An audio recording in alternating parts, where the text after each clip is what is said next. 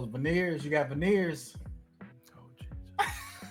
No, Brandon, this is AI fake makeup, Brandon. You see how the teeth talking? Shut up. Okay, welcome to the Man of the Metaverse. Today, I want to interview, or I want Brandon to fill me in on his perspective of what's this like being a man of color. Okay. With children that are of color in the school system. What kind of dilemmas or obstacles are you facing today? It's pretty tough, but as a parent in this school system today in 2024 going into 25, it's pretty tough having a beautiful daughter because number one, she has natural hair. Of course, she's not going to look like most kids in her school as far as her hair color, her hair texture, all those kind of things. So now, Brandon, go ahead. Now, some people of color will consider your daughter have good hair. Yeah. So when you say she have natural hair, so is it napped up like regular black folks, or is it a little different? No, it's not. But her hair takes a lot of work too. So one day it'll be a certain way, and another day it can change. So she likes for it to be curly. You can put it in a bun. Like it's a lot of different ways, but everybody has their own interpretation of, is your hair done, or is your hair supposed to look like that, or I'm not sure if I like how your hair looks, even though it's none of their business. So sometimes she'll be FaceTiming her friends just laying around the house, and they'll be like, why does your hair look that way? And my hair is just my hair, you know what I'm saying? So I think it's a lot of standards as far as appearance when you're talking about hair with my daughter. So that's one of the things we have to talk about as a parent-daughter relationship. We have to go over it. But you're beautiful. Your hair is fine. It's not anybody's opinion. They can have their opinion about it, but that doesn't change how you feel about your hair and those kind of things. So did she ever had a situation in the school system that her hair, somehow we go to school to learn, was her hair ever the topic? Yeah, for sure. Kids, they like to touch it. They like to feel it because it's something abnormal in a sense. So have you ever touched somebody's hair when you at school?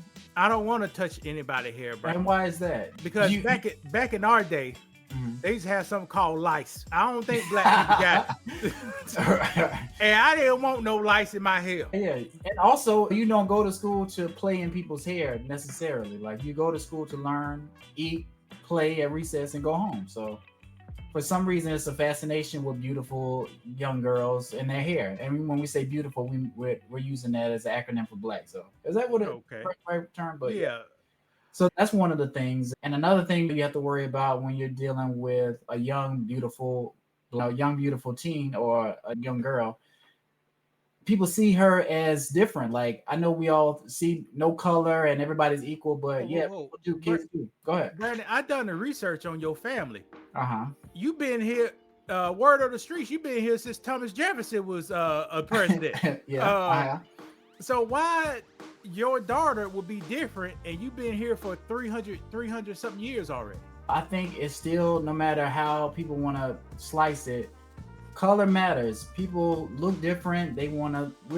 Me and you were black people. So on television, they portray us different ways, and it might be in a negative light. Another race may see it and talk to their kids about us and be like, y'all stay away from them, or you see how they act. So it is some of that stuff going on in homes, and that translates to the school. Should parents use what goes on TV to justify to teach their kids how to do this in real life? Should parents use TV? No, because everybody does stuff on TV. It don't matter what race it is, but for some reason, people feel like one race is superior to other people. This is how it is. No matter if people say we're all equal and all that kind of stuff. No, it's a difference. It's a difference. And how old is your daughter? She's 9 years old. So you being a middle-aged man of color in 2024. Yeah. How do you feel you still have to tackle regular life, and you got a layer of prejudice on top of, not race, we ain't gonna call it racism, because ain't nobody had power over you yet, Brandon, but that's a good point. prejudice. How do you feel as a a man in a modern time still dealing with prejudice in America? It's draining. And like I said, we've talked on the phone about the different conversations I have to have with my daughter, just because if you're a minority in a school system, like you're on the outside, like people are looking at you, they're judging you a different way. So that can make you feel less than, even though you're not. So I have to remind her, I have to instill in her that no, you are on their level, if not better. So just because you're brown, that doesn't mean people should talk down to you, mistreat you, any of those kind of things, because we're all supposed to be equal. So if I'm light skinned or if I'm dark skinned or if I'm brown, it doesn't matter. People shouldn't look at you and then deal with you a different way than they deal with another child. And you got to teach a 9-year-old. Yeah. It's even younger than that, because that never had a pastrami yet. No. Never had a stuffed pizza yet. You got to teach us these life lessons this early in life. Yeah. Now, how could you avoid that, Brandon? And like I said, we've talked about this. I could put her in a school where she's not the minority. She could be the majority. But that makes sense. But if you put her in that school, you can't run from all problems. It may not be that type of problem, but it may be a different type of problem. What kind of problems you're having?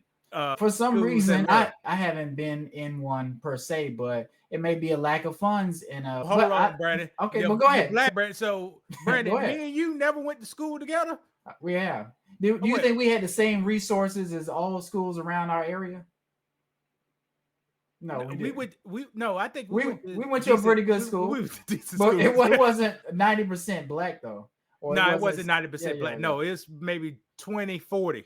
Yeah, 20% black. You saying 20% black? Yeah, 20% to 40% black at all times. Okay, I got it. That's a good breakdown. But yeah, so I'm just saying funds can be allocated differently at those schools.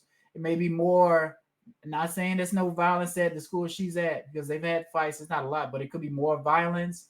Could be all kinds of different things, different elements that you may not want, that you may not experience at a different school. Now, what kind of violence? How would you compare the violence between a minority school versus a majority school, Brandon? That's a good point. I'll just speak on the incident I told you about last year. They had a gun incident at the school that she goes to. So you may not have that incident at another school, but we had it at that school. They may not have gang violence. Listen, but I'm giving you a breakdown. Okay. They may not have gang violence at the school that my daughter goes to, but if she goes to, depending on the area, if she goes to a certain school, they may already be in gangs as old as, well, let's say middle school. She go to a middle school, elementary, maybe they have some topics about gangs, maybe not, but those are the kind of things you have to weigh when you're trying to figure out what school you should go to. All right. The violence at a minority school and the violence at a majority school are different. Why do you think the violence is different in the kids, in the adolescents? It's just the environment. Wherever the environment you grow up in and what's around you, you're going to be a kind of a product of that environment. If you always I'm not speaking about our community, but if you see fighting, selling drugs, gambling, like you see that kind of stuff, and we're not outside building, planting stuff, if it's not positive, you're gonna take on those negative things and you're gonna bring them into school. So if you're around positive stuff and you take that to school, everybody's gonna be susceptible to more positive things, more positive outcomes. Now, who's responsible of getting our children today around more positive things, Brandon? The elders. Well, that's me and you. I don't got no kids. I ain't responsible for zero kids. That's not true. Okay, but are you in a community? Do you look out for the community? You do in a way. You protect it in a way.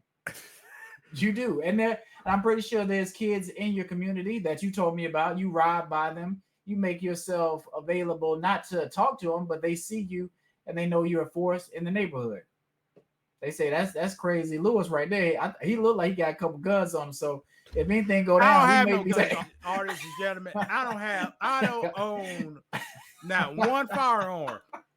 All right, fair enough. I may own a pistol or a rifle, but I don't own zero firearms. All right, people. Fair enough. But they see Lewis. He's a large guy. He's about 6 feet tall.